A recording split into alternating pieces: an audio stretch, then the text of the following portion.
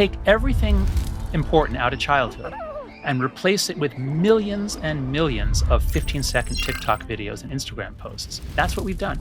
Do you think most parents realize the true danger? We have overprotected our children in the real world, and we've underprotected them online. Boys are getting ever more addicted to video games, to porn. They blow out their dopamine circuits early. We can realize we made a huge, huge mistake. We can change this if we act together. This episode is supported by Huel. Jonathan, welcome to High Performance. My pleasure. Very nice to be here with you. So I read that you pay your daughter $50 a month to not use TikTok. Why? Because she's very persuasive. She's just able to get me to... so look, it was clear to me that social media is the worst of the worst. It's the thing, especially for girls, that is really damaging them. So the one thing I think I did well as a parent is keeping my son and my daughter off of social media until my son was 15 or 16. And with my daughter, we just negotiated, and I don't remember how it happened, but rather than me just being strict and saying, no, you can't use it, she got me to agree $50 a month. And I figured, if that works, it's infinitely valuable to keep because my daughter, if she was on social media, she would never get off, and it's working. I can check her phone. I've never caught her using it. Maybe has some way around it, but it really doesn't seem to be a problem for her. She's not even on Snapchat, even though everyone in her grade, she's in 10th grade, which is around age 15. Everyone is on Snapchat, but she's not. So you describe social media as being the worst of the worst. Do you think most parents realize the true danger? No, they don't. These things, when they came out, they were fun. And for each platform, when it comes out, it's pretty positive. TikTok was just, girls dancing. What could go wrong with having young girls dancing for strange men around the world? We just didn't think about that. And a lot of us were techno-optimists 15 years ago. We thought this technology is going to protect democracy around the world. It's going to take down dictators. It gives our kids an outlet for creativity. So we had very positive ideas about this up till about 5 or 7 years ago. And I think most parents, well, let me put it a different way. When I talk to parents, there is a pervasive sense of unease. Parents, and especially mothers, I should clarify, mothers almost universally have felt uneasy about this. They could feel their kids slipping away. Fathers are much more variable. A lot of them are like, oh, cool technology. Hey, let me show you this. But there's like an army of mothers rising up around the world saying, we knew something was wrong. And now mothers are activating everywhere. So I think there is now a very growing understanding, at least among women, that this is really damaging our kids' development, self-confidence, and social relationships. So I think that's why things are moving so fast now.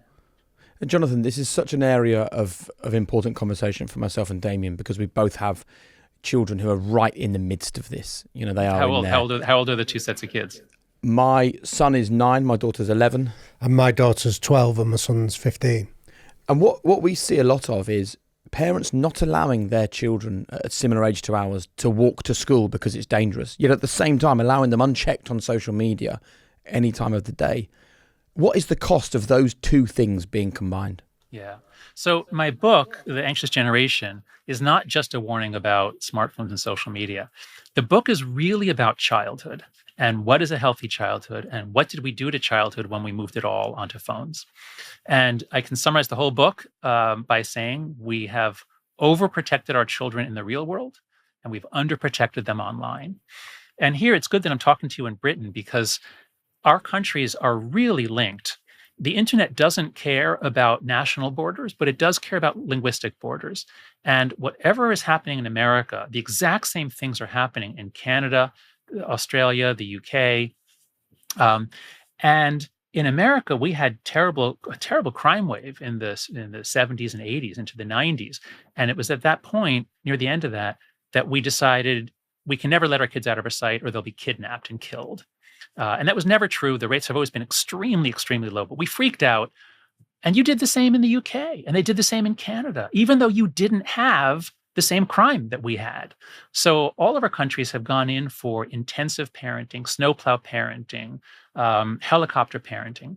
And this blocks human development. How does a child learn how to become an independent, functioning, self-governing adult?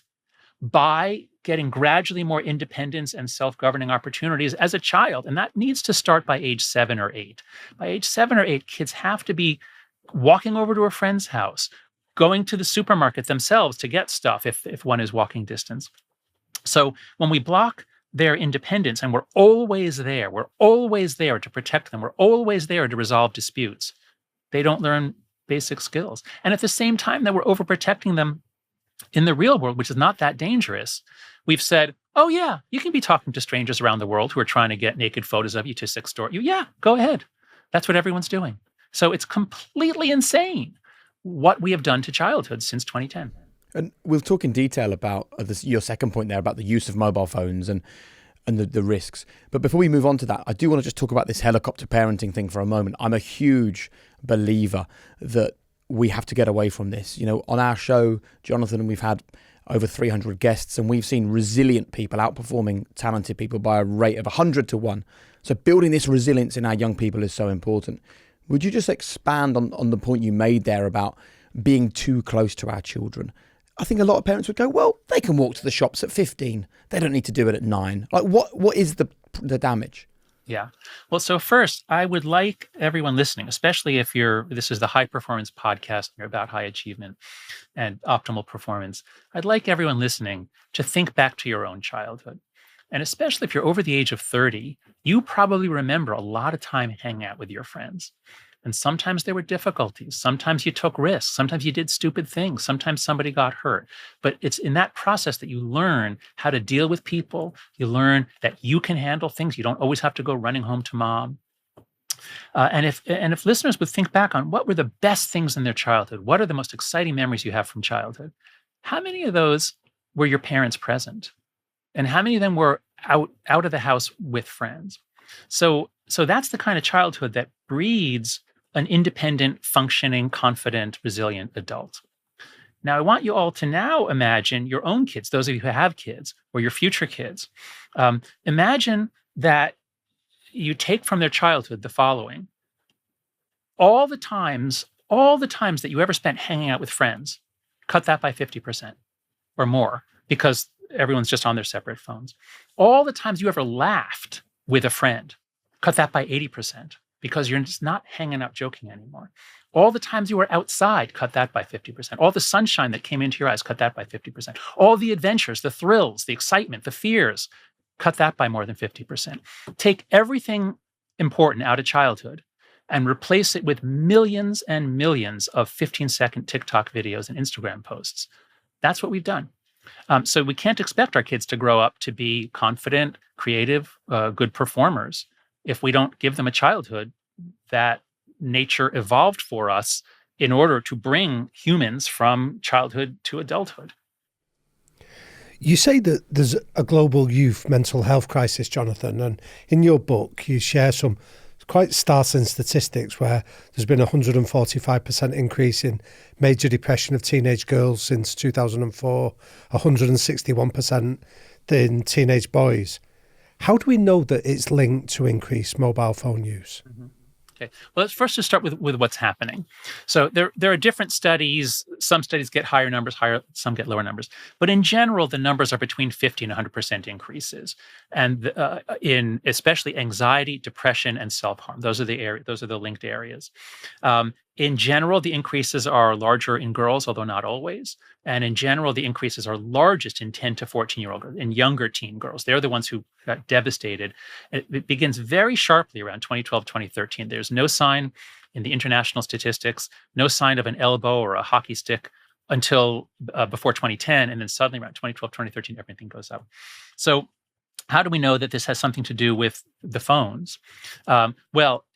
With historical trends, you can't run experiments. So I can never prove to you that that's what happened. But we start by saying, well, what's an alternative explanation? No one can come up with one. The only one that's ever offered is the global financial crisis, but that was 2008. And the problems don't kick in till 2012, 2013. And they're getting worse as the economies are getting better and better. So The global financial crisis doesn't work. There's just no other way to explain the sudden increase all over the developed world. We don't know about East Asia. That we're looking into that now, but around the Western world, um, that's the first thing. Now, how do we know they're linked? Well, there are many kinds of evidence. There are correlational studies that show that heavy users have much higher levels of anxiety and depression, but that's just correlational. We don't know that it's causation. So now we look at experiments. There are a few different classes of experiments that ask people to go off of social media for a while, find that if they're off for a day or two, they actually get worse because they're in withdrawal. But if you stay off for more than a week, those experiments find mental health gets better. So we have direct mental health evidence. And then we have the testimony from the kids themselves. The kids themselves say that this is messing them up. It's very hard to find young people out there advocating for a phone-based childhood or defending the social media companies. They largely say, I'm quoting from a Gen Z poet here, I know it's poison, but I drink anyway. They're on it because they have to be on it. They're on it because everyone else is on it. And so they themselves say that it's harming them. And also, the companies themselves, we now have a lot of leaks and memos and things that have come out from lawsuits. They know what they're doing. They confess that they are doing everything they can to addict the kids. They expose them to porn, to violence, to drug sales. So there are a lot of converging lines of evidence that this spike didn't just happen for no reason. It happened when we changed childhood between 2010 and 2015 from a play-based childhood to a phone-based childhood. As you're hearing Jonathan talk about in this episode, there are lots of things vying for our attention these days, and that goes for our food choices as well. Well, this podcast is sponsored by Huel, the world's leading complete nutrition brand. I love Huel because it helps me get some time back for myself by making the decision for me. So instead of spending ages thinking about what to have for breakfast or lunch, I can just grab a Huel Black Edition ready to drink, which I know is a perfectly balanced meal containing 35 grams of protein, 26 vitamins and minerals, and I think it tastes great as well. And for me, that decision just frees up some time where I can do something important, like, writing the questions for this Jonathan interview today, or simply giving my full attention to the kids when I get home from work. So if you want to try one of these for yourself and maybe free up more of your time, then I've got a discount code just for you. Head to Huel.com and use the code HP for 10% off and a free gift exclusively for new customers. That's Huel.com and the code HP to get your discount. You know what, Jonathan, thank you for such a clear answer. It reminds us of, we were lucky enough to interview Johan Hari, the author, who recounted being at a Silicon Valley conference of app designers, where the question was asked, how many of you are happy with the world you're creating for the next generation? And he said there was thousands of designers there, and not one of them was willing to put their hand up. And Wow. Well, that's right. Because they're trapped in a collective action problem too. This is the key to the book. There are certain kinds of problems that you can fix yourself, but there are, and like if you want to lose weight, that's up to you. Now we can talk about the food environment. There are things that the governments can do, but your weight is sort of your issue. But if you're on social media and everyone else is, it's very hard to get off, especially if you're a girl, because then you're isolated, you're cut off. So we're all stuck in a collective action problem. And to some extent, the companies are too. They created this Frankenstein monster, and now they can't reform them, because let's suppose Instagram were to do the right thing and say, we're actually going to kick off all the underage users. I mean, they know how old everybody is. They know everything about us. Suppose they were to actually kick off everyone who was under 13. They would just go to TikTok and other platforms. And so the companies themselves and the designers all have incentives to just keep going. We've created this monster. It's damaging a generation. Let's go faster.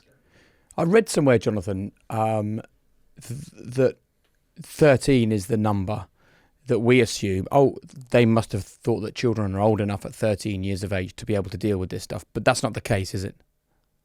No, 13 is a very unfortunate choice. The way it happened was back in the 90s, when the internet was brand new and some kids were on AOL and things like that. Congress addressed the question of, at what age can a company just take a kid's data and sign a contract with the kid, the terms of service, without their parents' knowledge or consent? So you think it's 18. At 18, you can sign contracts for yourself. But they said, no, let's maybe younger. And so the original bill said 16.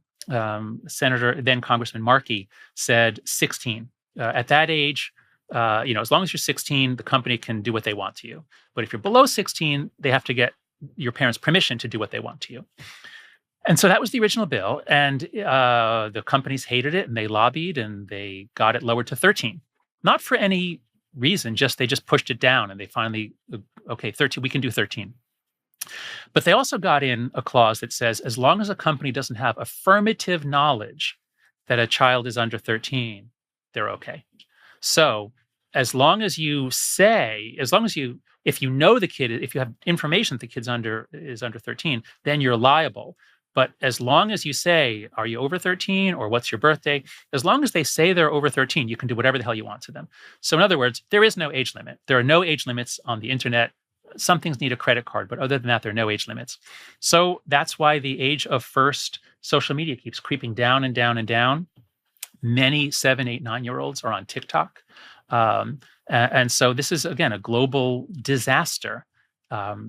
Children's brains are developing very fast during puberty. They're changing very rapidly during puberty based on input from the surrounding community. That's the way it's been for millions of years, until 2010. Now it's based, I think, primarily on input from TikTok and Instagram. So what is actually happening to our young people? Why is this so dangerous, so pervasive? Why do we have to rise up against this? So think about all the things you have to learn to go from the child form of human being to the adult form. Children have different bodies, and this is true in all other mammal species are the same. The child has a particular body, and it's optimized for play. Kids need to play, and that's what drives brain development: is repeated interactions with other kids and with the environment, and seeking out challenges.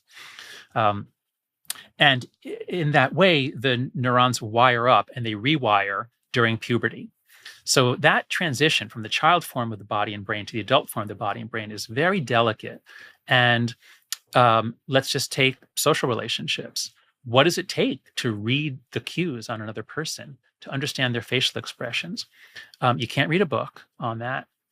You can't be taught by an adult, like, here's what you look for. You have to do it literally millions of times. You have to have millions of social interactions before you get it. And, one thing that many people say now is that young people, especially the boys, they have trouble looking you in the eye. It's painful. It's difficult. They're not used to it. Normally, we read each other's faces, and that's part of the conversation. Also, I'm moving my hands. So imagine depriving young people of that kind of feedback. And that's just one kind of development. There's physical development. Kids move less because they're so sedentary. There's the development of your eyeballs. Myopia is increasing around the world because kids are on phones so much. They have short vision. They're not outside very much. So in so many ways, across social, cognitive development, creativity, a phone-based childhood just blocks it, and you're left not exactly with the child form, but you don't get to the adult form, which means we have an entire generation, Gen Z, which I don't want to quite say damaged. I mean, many of them are doing fine. They're lovely kids. They're hardworking as a generation. But I would say they are less than they would have been. I would say that human beings born in the Western world after 1995 have been diminished at a international scale. Diminished, meaning as adults, they will be less than they would have been otherwise. But so why do you see that is linked to depression and anxiety, though? So let's go through it. Depression is primarily it results when you feel cut off, socially not valued. As I say in the book, we have a kind of an internal sociometer, a measure of how well we're doing. And when you feel that you're below, you're lower, you're going down, it produces a kind of a panic and a despair.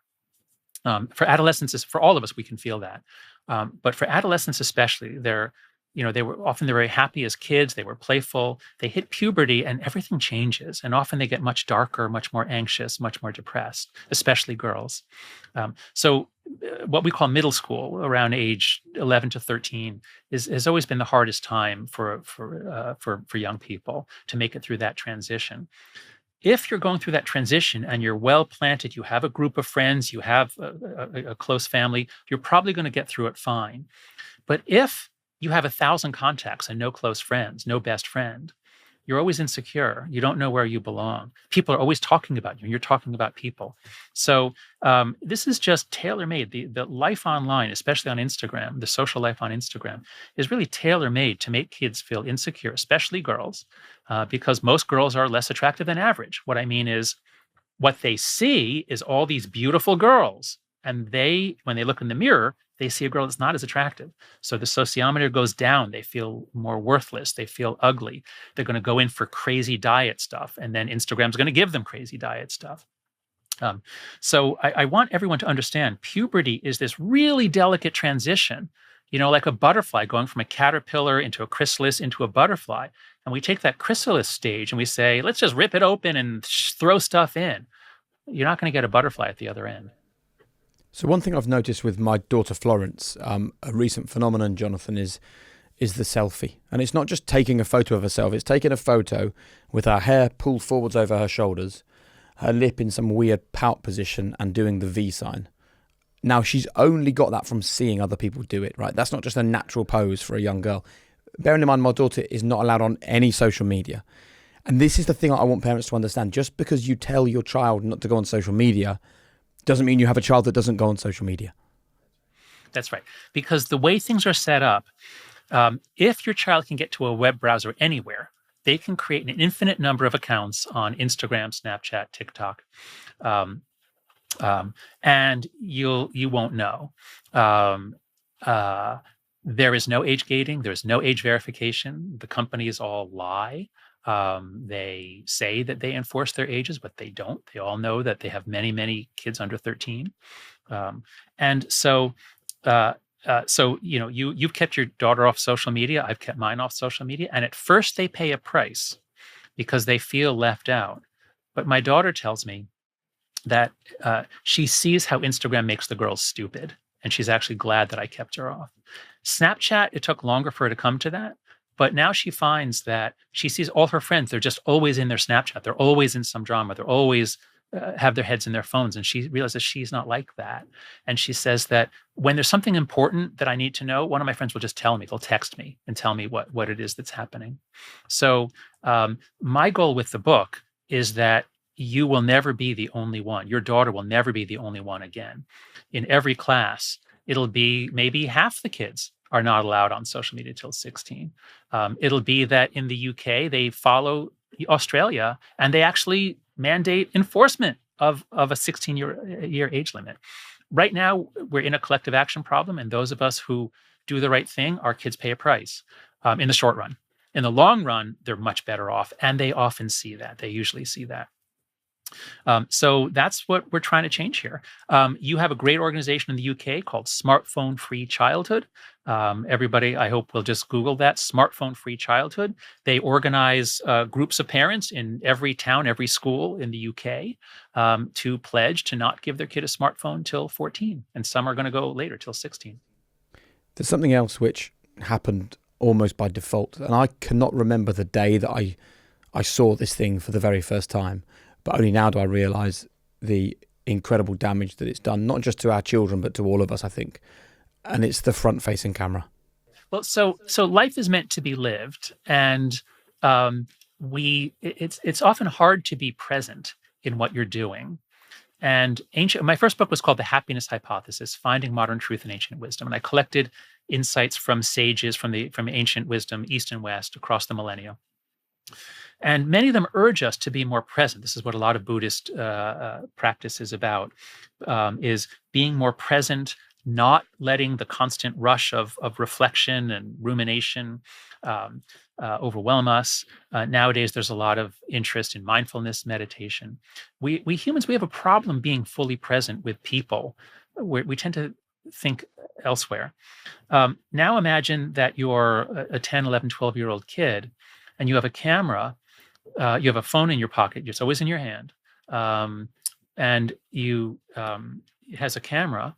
So you might be taking pictures of everything, which means it's hard for you to really be fully engaged in the thing. We all know this when we're on vacation. We think, oh, do I pull up my camera and take a photo of the sunset? Or do I just enjoy the sunset?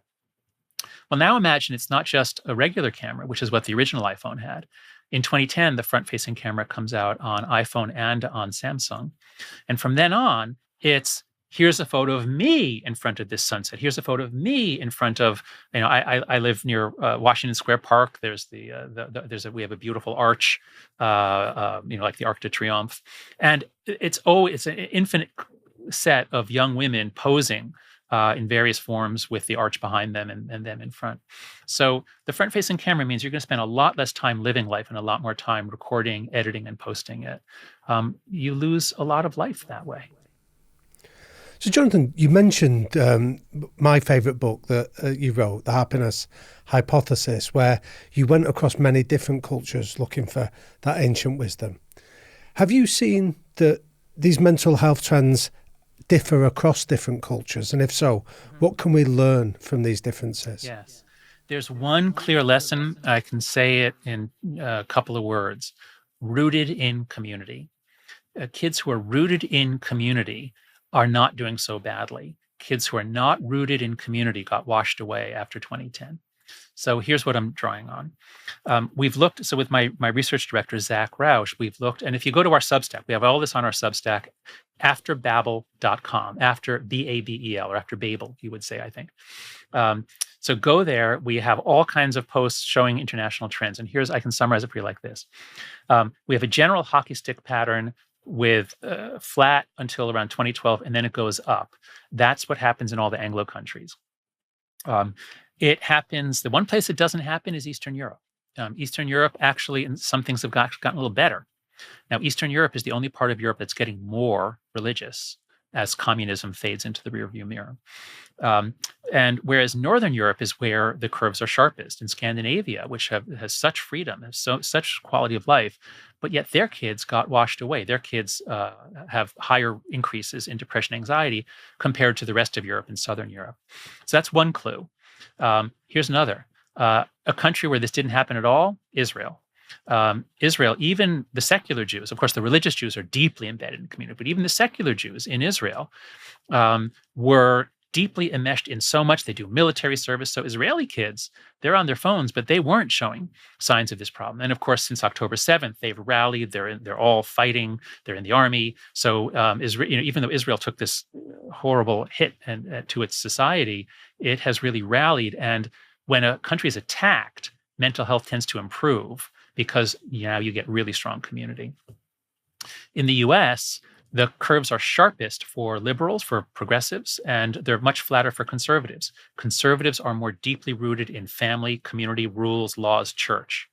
And also secular versus religious. The curves are much sharper for secular kids who say religion is not important to our family, whereas kids who say religion is important. So that's the master variable. There are others, but that's the master variable. If you're not rooted in community, you're going to get swept away into, and those are the kids who use social media the most. You're going to be swept away into this insane world that is not conducive to human development. You're going to have much higher rates of mental illness. We should be sure to talk about the boys. We should talk about video games and other things, because when I started the book, I thought this was going to be a story about social media and girls, because that's where the evidence is clearest, and that's what the kids say. That's obvious. And I didn't know what to say about boys. They're more anxious and depressed. They're on social media, but not as much, and they're not as gripped by it as the girls are. And it took a while to figure this out. But what Zach and I, the conclusion we came to in the book, is that for boys have been withdrawing from the real world since the 1970s or 80s. Boys used to do better in school than girls, or they scored higher on tests. They went to college more often. But since the 70s and 80s, boys have been retreating from school. They're doing less well. Girls are doing better and better.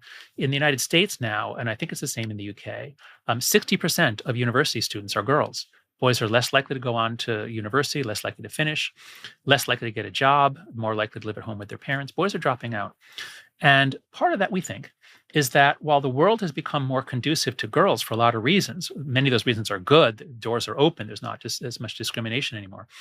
Many are about the economy. Manufacturing jobs, physical strength jobs are declining, whereas service jobs, where women excel, are increasing. So they're economic factors. But the piece that we add in our book is the technological factors. When I was a kid, Pong came out, the video game Pong in the 70s, and it was You could play tennis on your TV set. It was really fun, but it was pretty minimal. And you'd play it for a while and you'd go out and play outside. You wouldn't play Pong all day long. But every few years, the games get better and better. And now they're incredible. They're so gripping. And the games are designed by people who understand behaviorist psychology. They understand variable ratio reinforcement schedules. They're doing everything they can to keep you on their game so you don't go to another game. So boys are getting ever more addicted to video games, to porn, when they get a little older, to gambling. Sports betting is now legal in the United States. It's insane. So for boys, I think the problem is they blow out their dopamine circuits early. From the time they're young, they're on screens and stimulating activities. And if you are getting stimulated with lots of quick dopamine hits, lots of little bits of pleasure, lots of little, everything's gamified. You go to school. Oh, for math, here's an app. You can play this game and you rack up points by getting. So if half your day is gamified, so you get quick pleasure, quick hits of dopamine, the other half, if you're not on a screen, is painfully boring. Everything is so boring. And so boys especially, they're not reading books. They don't have hobbies. Everything is boring. And that means they're going to be less creative, less successful, less likely to invent anything. So when we look at kids at the age of 14, 15, it looks like the girls are doing worse because the boys are having fun. They love the porn. They love the video games. But when we look at them at the age of 29, which is what the oldest Gen Z is, I think we're actually seeing the boys doing worse. The girls at least have finished school and gotten jobs. The boys less likely. So I think the ultimate toll of this phone-based childhood in the long run will be highest on boys and men. We couldn't have Jonathan Haidt on High Performance without talking about heights, could we? Because it's January, the month of big plans, high expectations, and the pressure to try something new. But what if this year you just made it simple? We've spoken to so many people on this show about the power of habits, and the key to making them stick is to make them easy. Well, with Biotic by Haidt, it's just that, easy. 20 seconds a day to give your gut what it needs to power your mind and power your body. And trust me, okay, I'm in my mid-40s. I have tried so many products like this over the years, and I've stuck with Biotic because this one, it just makes a difference. It gives me more energy, it gives me less bloating, it gives me sharper focus. It just makes me feel closer to the high-performance version of me that I want. As well as that, it's backed by over 380 scientific studies, and compared to leading alternatives, delivers over 50 times more bacteria to your gut alive. And you don't have to just trust me. Thousands of people have left 5-star reviews because they love Biotic by Haidt as well. So if you're looking to reach your heights this year, just go to heights.com/HP or enter the code HP20 at checkout for 20% off your first order and start your heights journey today. I saw your book as an extension of the book that you'd wrote back in 2010, or the paper originally, The Codling of the American Mind, where I was fascinated by what you identify are the three ways in which we tend to see the world when we grow up online. Would you share with us a little bit about that? Because I think that helps those of us in the workplace dealing not necessarily with adolescents, but those that have grown up online since the early 2000s. Yeah. Sure. So I started noticing something was going wrong with college students in 2014. They were very different from the students in 2012. And my friend Greg Lukianoff pointed this out to me, and he came up with this idea that young people somehow are talking in ways that suggest that they have learned the cognitive distortions that Greg had learned to stop doing when he was treated for severe depression with cognitive behavioral therapy. He learned to identify catastrophizing, overgeneralizing, black and white thinking. And so we noticed that college students were doing this in 2014, 2015. We wrote an essay in the Atlantic magazine called The Codling of the American Mind. And then things got a lot worse. And it became clear it's not just college students. It's people born after 1995, high rates of depression, anxiety, and just distorted thinking, these cognitive distortions. So we wrote that up in a book that came out in 2018. And in that book, we focused on 3 great untruths. These are ideas that are so terrible that anyone who believes all 3 is almost certain to have a bad life, not successful, not happy. And these 3 truths are the opposites of 3 of the chapters in the happiness hypothesis. So the first great untruth is whatever doesn't kill you makes you weaker. That is, be careful about anything negative because it's going to hurt you and you're going to come out worse off. So let's protect kids from conflict. Let's protect them from hurtful words. Let's make sure there are no fights in the playground. Let's always have an adult to settle them. We have microaggression training in universities. So this whole idea that kids are fragile is just wrong. And if you think I'm fragile, I don't want to see anything that could be upsetting, you're not going to grow into a stronger person. So that's a major error. Nietzsche's dictum, "What doesn't kill me makes me stronger," is actually generally true. And that was chapter 7, I think, in the Happiness Hypothesis. The second one is always trust your feelings. If you feel that you've been offended, you were, and somebody has to punish that person, not you. Some adult, go to an adult. There's a way to complain. There's a way to file a grievance. And if you raise kids with anonymous reporting mechanisms, as we're doing now, well, that's like Eastern Europe and under the Stasi and things like that.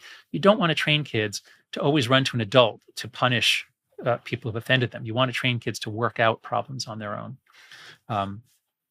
And that's what the nature of CBT is, and Stoicism and Buddhism, is we don't see the world as it is. We see it through filters, and we can control that. And then the third great untruth is the most pernicious. It's ancient and universal. It is that life is divided. Life is a battle between good people and evil people.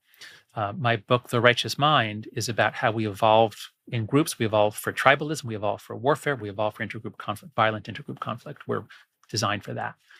And a part of that is our mental apparatus to do us versus them, to have a tribe. The tribe has rituals. The tribe has ways of creating esprit de corps, creating cohesion to prepare for battle. You see this in every college town in America the night before a football game. It's playful, it's fun, it's not bad, but it's tribalism. And the more young people feel that everything is about group versus group, the worse. The UK and the US are now large multi-ethnic, multi-religious, multiracial societies. And I think the American genius has been, how do you have a country that doesn't share blood, doesn't share gods? And I think we did a pretty good job of that until recently.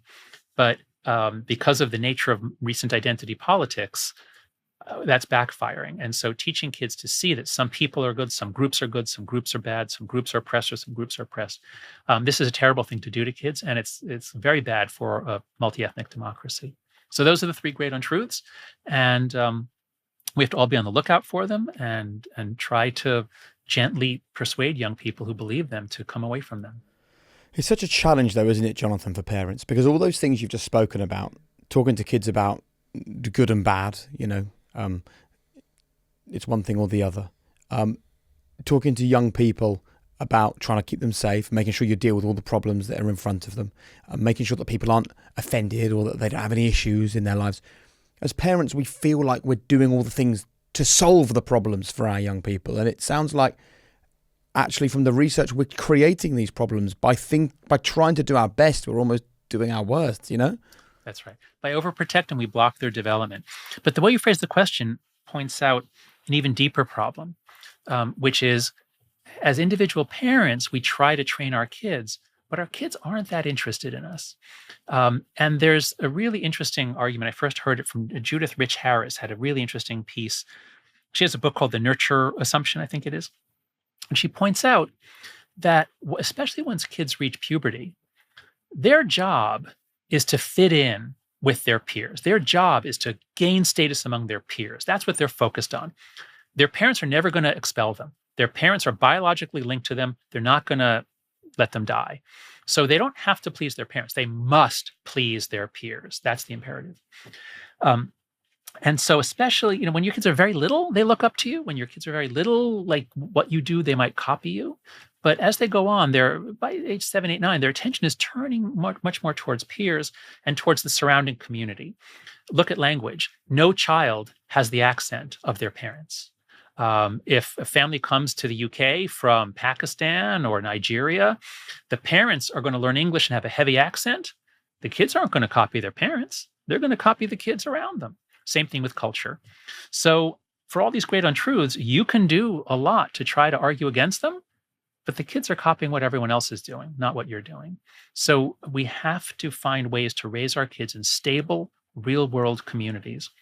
When kids find, quote, community online, really? Okay, so they're in some eating disorder interest group on Instagram, that's community? No, that is a horrible place where they're going to soak up a way of being and thinking about their bodies that's going to be terrible. So our abilities as individual parents to influence our kids is much more limited than we would like. But our ability as communities to influence children is actually very strong. Unfortunately, community is declining in the UK and in the US and throughout the world. So what does the future look like then for us and our children, Jonathan? I'll answer this question in the shadow of the announcement only this week from Mark Zuckerberg that Meta are now going to stop having automated fact checking on their posts. And I'm fearful for the future. I'd love you to tell me how you feel about it. Yes. No, I'm fearful too in this. I'm fearful on one point and I'm optimistic on the other. I set out to write a book with the title Life After Babel, Adapting to a World We May Never Again Share. And it's because in 2018, 2019, 2020, I was really looking at what social media was doing to our ability to know anything together, what social media was doing to our epistemic institutions, that is, the institutions that create knowledge, universities, newspaper and journalism, courts, the legal system. And social media is subverting all of that sense-making and truth-seeking. So the future of democracy, as we've had it for hundreds of years, is in very serious doubt. If we can't have shared facts, if we can't have shared stories, it's going to be very hard. And so I am actually very worried about what's going to happen over the next, let's say, 10 to 30 years with Western liberal democracies, which were magnificent accomplishments of the 20th century and earlier.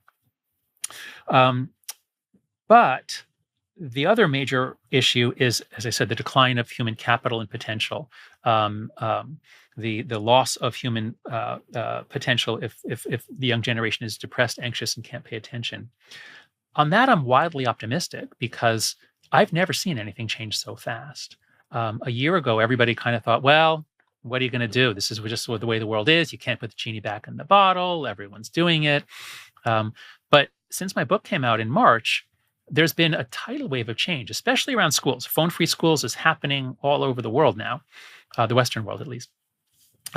So I'm actually very optimistic that we're going to solve these collective action problems around childhood, around schools, around free play is a little harder, encouraging more free play and independence. But around the technology, I think we're going to make a lot of progress in rolling back the phone-based childhood and restoring the play-based childhood. I would urge everyone listening to go to anxiousgeneration.com, the website for the book. It's really the website for the movement. We have a lot of action steps you can take as a parent, as a teacher or educator, as a legislator. So I'm actually, given the pace of change, given the way that parents everywhere are embracing this, given the way that this is a completely bipartisan topic and nothing else is in the U.S. In the U.S., we hate each other across the partisan divide. We disagree on almost everything. But Republicans and Democrats all have kids. They all see the problem. So I think we're actually going to get a handle on this one in the next couple of years. I think it's going to get a lot better. So tell us then, Jonathan, we're having this conversation in 2025. What can we do as individuals to start a tidal wave along with our hundreds of thousands of listeners? Just talking about the problem contributes to this sense of what's called shared knowledge.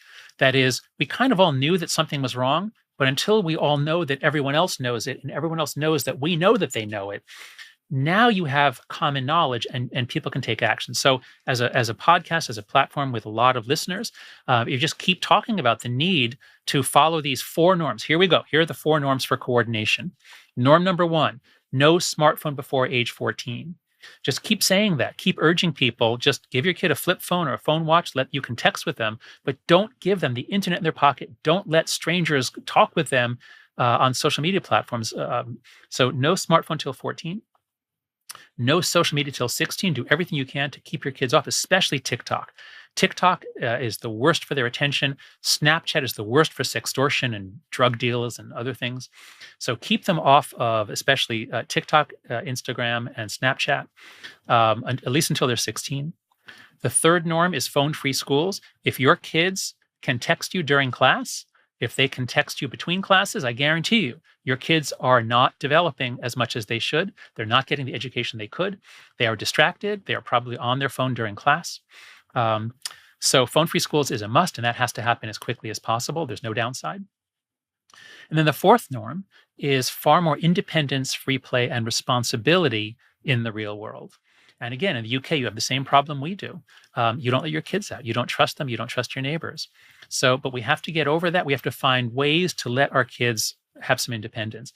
And I would urge everyone to go to letgrow.org. We have a couple of programs that make it very easy to give your kids independence, working with other families, which makes it much more fun as well. So 4 norms. And if you would talk about those norms occasionally, the more people hear it, the more they think, oh, yeah, everyone else is doing this, so I can do it.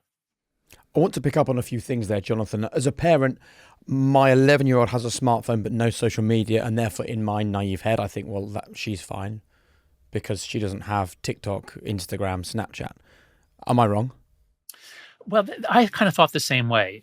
Originally, I thought the data was clearest on the harms of social media, but not necessarily overall screen time, I thought. And so I was pretty lax with my kids about their computers. Now, of course, during COVID, everyone had to have a computer in their bedroom. But if I had it to do so you did well, and this is what I did with my son. The most important thing is keep your kid off of social media. That's the most important single thing. I would also extend that to video games. Not that you should keep your kids off of video games entirely, but if your son is playing 2 or 3 hours of video games a day, that is distorting the dopamine system, the reward system, and that's going to make it harder for him to enjoy anything else about life. So regular use, heavy use is bad for boys especially. But what I've realized, my kids are now, my son is 18, my daughter is 15, and I really regret that I didn't follow a couple of rules. The one I should have done, and I've said this publicly, but I didn't do it myself because I didn't get an early start on it, was no screens in the bedroom ever. Start with that rule. When your kids are little, you can have a desktop computer in the living room or the kitchen. That's great. Kids need to see the internet. They need to search for things. That's all fine. But have it be a public computer out in a common space. And then the rule should be no screens in bedrooms ever. I wish I'd done that. Now, once your kids are 11, 12, 13, they have a lot of homework. Okay, you're going to have to say, okay, you can here's a laptop, or maybe we give the kid a laptop. You can have it in your room for a couple hours to do your homework, and then it has to come out. I really wish I'd done that because my children, they spent so much time on their computers just watching videos. Now, it's not social media. They're watching Netflix, which is not as bad. But I wish I had been much more attentive to screen time in general and the computers in particular. You also said that TikTok has been proven as the number one thing for sort of, was it mental? What did you say about TikTok? For attention fragmentation. That's it. Yes. It's the number one destroyer of the ability to attend, to focus, to develop executive function. So I think it's the number one destroyer of human potential because it is so widely used. It's the most addictive. It's the one that many of my students say they can't quit. Every year in my class of 35 students in my flourishing class, there are 1 or 2 who are on TikTok 6 hours a day. In other words, that's all they do is TikTok. It's hard to do their homework. They don't go see friends. It's just TikTok. It's really tragic. TikTok is the fentanyl of social media. And why is it the fentanyl of social media? What is it about it? So all of social media developed on this idea of social networks, the social graph. And Facebook and Instagram, they're going to recommend to you things based on the people that you know. And that's an interesting strategy. TikTok was the first to say, to hell with that. We don't care about your social network. We're going to look at the micro delays as you pause on, you paused on a video about exercise? Oh, okay. Well, let's give you some dieting stuff too, because the algorithm has found that girls who pause on exercise are interested in being thinner. And before you know it, and many journalists have done this, you set up a fake account for a 13, 14-year-old girl, very quickly you're inundated with eating disorder, with pro-anorexia content, things like that. So TikTok was the first to develop that, and it's magic in terms of sucking out the attention from a child's brain. So that's why I say TikTok is the worst of the worst. I don't think anybody should be on TikTok, but certainly not below the age of 18. I've had a conversation with my children's head teacher to try and persuade them of the smartphone-free schools. Could you give us a script that any of us could be able to use to effectively persuade those in education that this is the way that we need to go? Mm-hmm. Yeah. So the first thing is it's important that you band together with other parents, not just one. And that you go to the head teacher, and that you talk with teachers as well. Try to talk with teachers. I guarantee you, all teachers hate the phones. It's hard enough to be a teacher. It's a very challenging job. Imagine if when we were kids, you could bring your television into your class and watch TV during class. I mean, that's what teachers are competing with now. So do try to understand what's happening, get the teacher's perspective, and then a few of you go to the headmaster, head of school, and you say, look, the whole world is realizing that phones are destroying attention in class, that phones are interfering with education. Schools all over the United States and the UK are going phone free. Surveys show that the teachers hate the phones, that most school administrators hate the phones. We beg you, or we demand that our school follow what other top schools are doing. Eton, I think, just went this way, and say, take the phones in the morning, give them back in the end of the day. Let's give the kids a chance to learn. Let's give the teachers a chance to teach. What I found in my experience is that most heads of schools hate the phones, but they don't ban them because some parents will freak out. Some parents, especially in America, will say, no, I have to, what if there's an emergency? I have to, what if my kid's upset? He needs to reach me. And it's true that there are some parents like that. But if you get a bunch of parents to put counter pressure to say, no, you know what? We parents, we really want you to take the phones. That will give the school leadership the backing they need to do it, because they probably want to do it anyway. Again, go to anxiousgeneration.com and click on Take Action. And we have actually a script, a letter that you can send to the head of the school to make the argument. There's also a lot of survey work. There was a great report by Policy Exchange, I forget the title of it, UK think tank, that showed that schools in the UK that have a real ban, most of them say they ban phones, but they don't mean it. Those that actually take the phones in the morning, they have better educational outcomes. Whereas those that say, oh yeah, we ban phones, you have to keep it in your pocket, or that don't have a policy, those kids are declining in their education. So we have a lot of resources for you at anxiousgeneration.com. And Jonathan, I don't want to scare parents, but I also want to understand the very real truth about sextortion. I think we all know about the use of social media. We know about attention issues with using phones, but I think most parents would be naive to the truth of sextortion. What is the truth? Yes, this is one of the biggest dangers of all, and it's exploded just in the last 3 or 4 years. So what sextortion is your kid is online, and it's especially boys fall for it, not girls. No, I shouldn't say that. Girls do actually get tricked as well. But you're flirting with someone, they look like an attractive person of the sex you're attracted to, and actually LGBTQ kids get hit harder than anyone else. And then the person sends a sexy photo and asks you for a sexy photo. And then they ask for a sexier photo showing your genitals. And a lot of kids do it. A lot of kids comply. And the instant they send that photo showing their penis and their face, then the person on the other end reveals, I'm not this sexy girl. I'm actually, it's a sextortion ring, often located in, I think, Nigeria or East Asia, Southeast Asia. And unless you send me $500 on this gift card or whatever, here's a way you can pay me. Unless you send me $500, I am now going to send this photo to everyone in your network because you friended me, and now I'm friends with all your friends, and so I can destroy you. And a lot of boys kill themselves at this point because the shame is overwhelming. We have revelations from TikTok. We have all these lawsuits against, Snapchat. Snapchat, we now know, they get 10,000 reports of sextortion, not a year, a month. 10,000 kids, mostly boys in mid-teens, are falling for this. They're sextorted. The FBI looked into 20,000 of these reports, and they found 22 confirmed cases of suicide.